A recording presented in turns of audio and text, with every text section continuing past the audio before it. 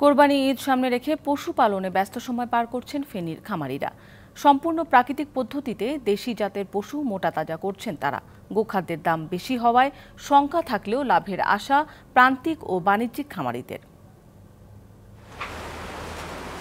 কোরবানি ঈদে ভালো দাম পাওয়ার আশায় দিনরাত পশু পরিচর্যায় ব্যস্ত ফেনীর খামারিরা।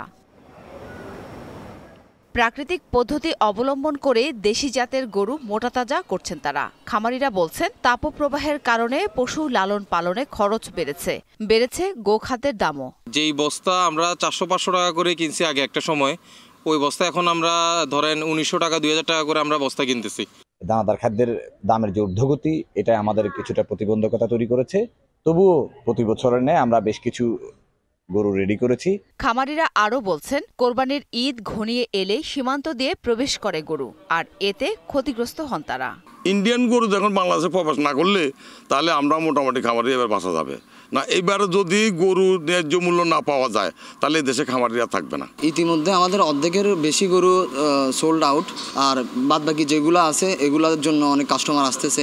ঈদ উপলক্ষে ফেনীতে 90,000-এর বেশি পশু লালন পালন করা হচ্ছে। এগুলো স্বাস্থ্যসম্মতভাবে হৃষ্টপুষ্টকরণের কাজ চলছে এবং আসন্ন পবিত্র কোরবানি ঈদের জন্য আমাদের সব মিলিয়ে 90,250 বা এর চেয়ে কম বেশি হবে আর কি, এটা প্রস্তুত আছে।